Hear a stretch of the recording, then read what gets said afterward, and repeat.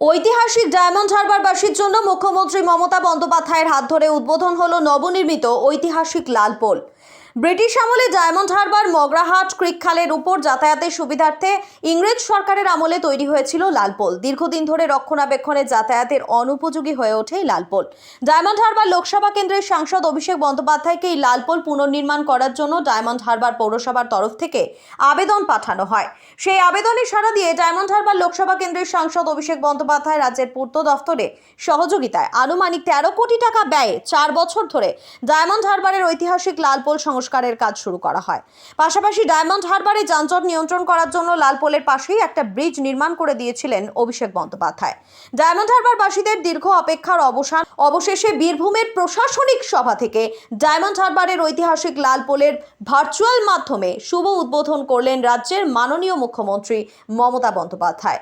পূর্ত দপ্তর সূত্রের খবর, পথচারীদের জন্য সেতুর দুপাশে পায়ে হেঁটে চলা রাস্তা সহ সেতুটি 12 মিটার চওড়া এবং দৈর্ঘ্যে 80 মিটার চওড়া করা হয়েছে। আগের তুলনায় সেতুটি অনেকটাই বাড়ানো হয়েছে। অ্যাপ্রোচ রোড হিসেবে সেতুর উত্তর দিকে কপাঠাট পর্যন্ত রাস্তা 22 ফুট চওড়া করা হয়েছে।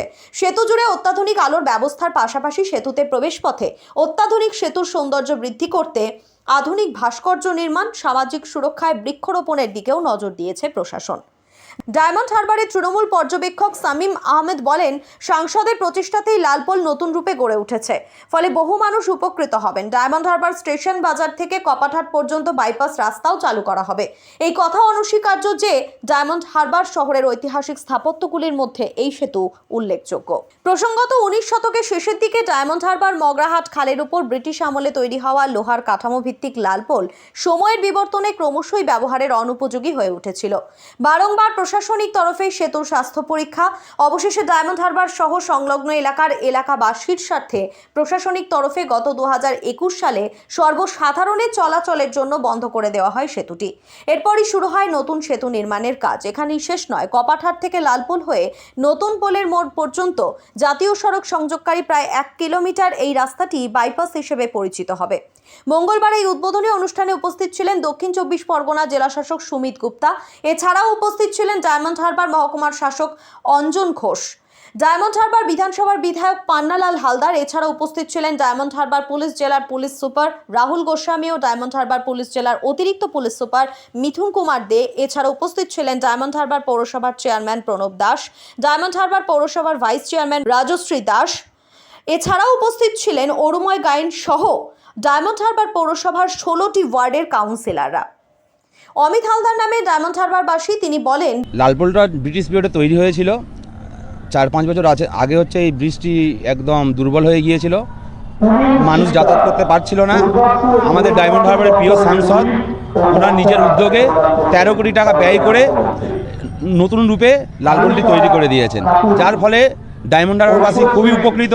তার সাথে সাথে ডায়মন্ড হারবারের সাথে সাথে কুলপি, কাকদ্বীপ, নামখানা, বকখালি, রায়দিঘি, মন্দির বাজার এইসব এলাকার লোকও উপকৃত হবে এবং কলকাতায় যাতায়াতের একটা যে লাইফ লাইন এই বৃষ্টি হওয়ার পরে খুবই মানুষের উপকার হবে। এ বিষয়ে দক্ষিণ 24 পরগনা জেলা শাসক সুমিত গুপ্তা, তিনি বলেন, 100 বছর পুরানো ব্রিজ